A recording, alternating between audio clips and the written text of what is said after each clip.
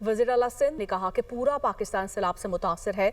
हमारी पहली तरजीह लोगों की जान बचाना है। सैलाब से अकेले नहीं निपट सकते।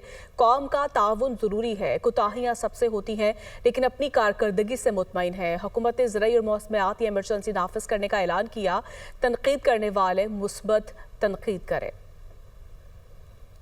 इस वक्त हमारा मुल्क एक शदीद सैलाब से गुजर रहा है। भरपूर किस्म से इंतजामात किए जाएं। पहली तरजीह लोगों की जान बचाना, उसके बाद हमारे बराजेस, हमारे बंद बचाना। उसमें मैं ताउन चाहूँगा कि हुकूमत की जो भी ऐलानात हो उसमें हमारी मदद करें। हम अकेले नहीं कर सकते। कल वफाकी काबीना ने क्लाइमेट और एग्रीकल्चर इमरजेंसी नाफिज कर दी है। मैं इंतज़ार कर रहा हूँ और हमारी कुछ तजावीज़ भी हैं जो हम पेश करेंगे। वफाकी हुकूमत ने, जहाँ तक मुझे पता है, अभी तक वो फ्लैश अपील नहीं की और चेयरमैन बिलावल भुट्टो जरदारी साहब ने कहा है कि ये फ्लैश अपील जल्द से जल्द की जाए। इस शहर के लोगों को उस तकलीफ में, हाँ, परेशानियाँ, मसाइल हैं, हम अपने काम से मुतमईन हैं। ताइयाँ होती हैं, मैं ये नहीं कह रहा कि सब अच्छा है, लेकिन गलत अफवाहें देना वो बंद करें। अगर अचानक तेज़ बारिश हो तो आप सब घरों की तरफ ना निकल पड़े, इसलिए कुछ घंटे लगेंगे पानी साफ़ होने में। मेरा ख्याल है कि जो रिस्पॉन्स होनी चाहिए थी, अगर 100% नहीं तो 90% रिस्पॉन्स हमारी तरफ से थी।